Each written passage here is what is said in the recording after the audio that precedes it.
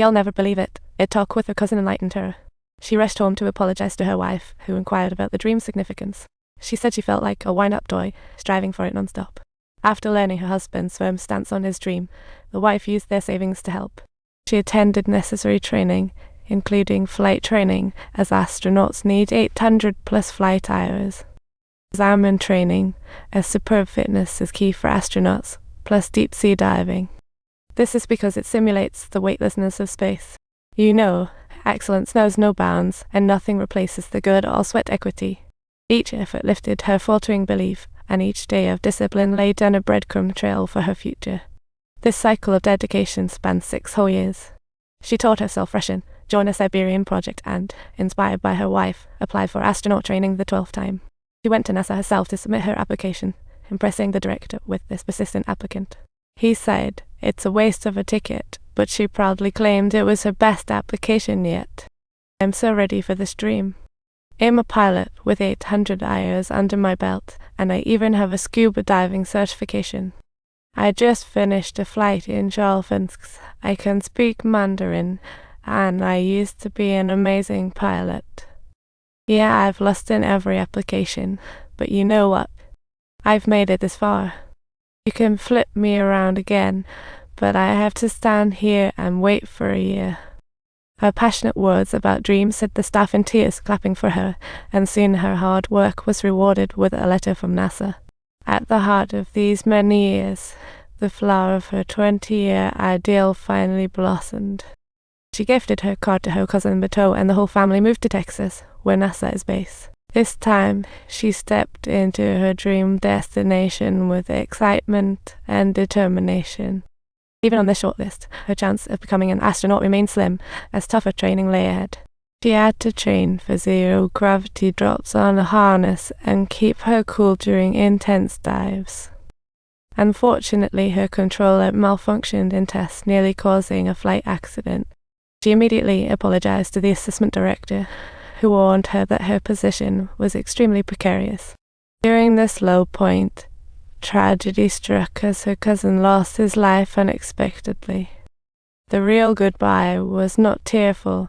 It was during a familiar moment in a room where some would remain in memories forever.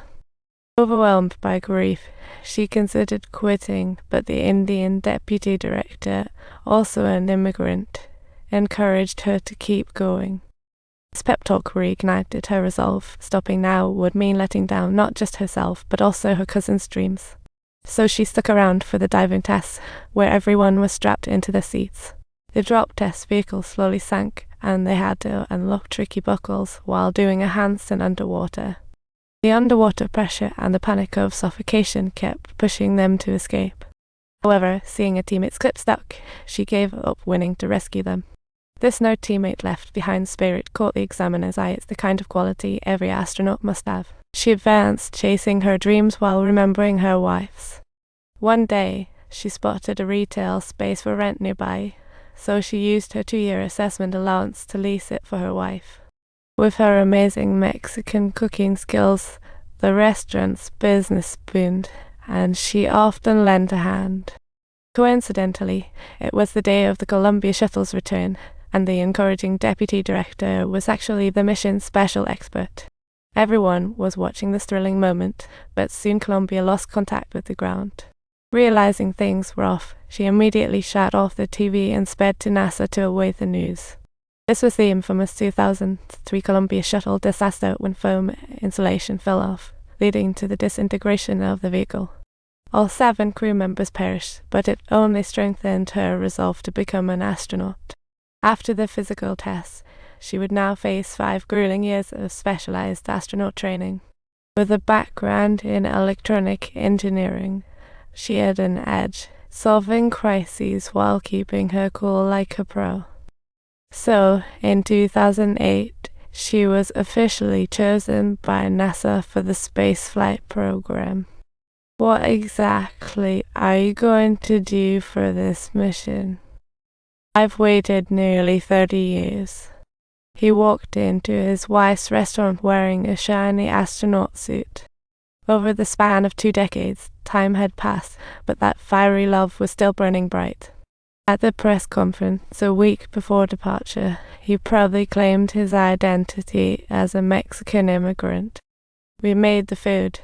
Asked who he missed most, he said, "My cousin Dinky Yang." He once said, "Who could leave this world better than anyone else?" He stayed in the Space Center dorm. His wife gave a special farewell surprise.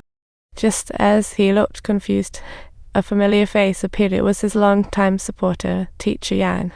Subtitles. He claimed that he had waited for a full 30+ years and even had evidence to back it up. After saying so, he took out his homework from Nuclear Competition 20, which depicted his fantasy of flying solo through space in a corn spaceship. As the project formally kicked off, 47-year-old her finally walked into the spaceship she had dreamed of all along.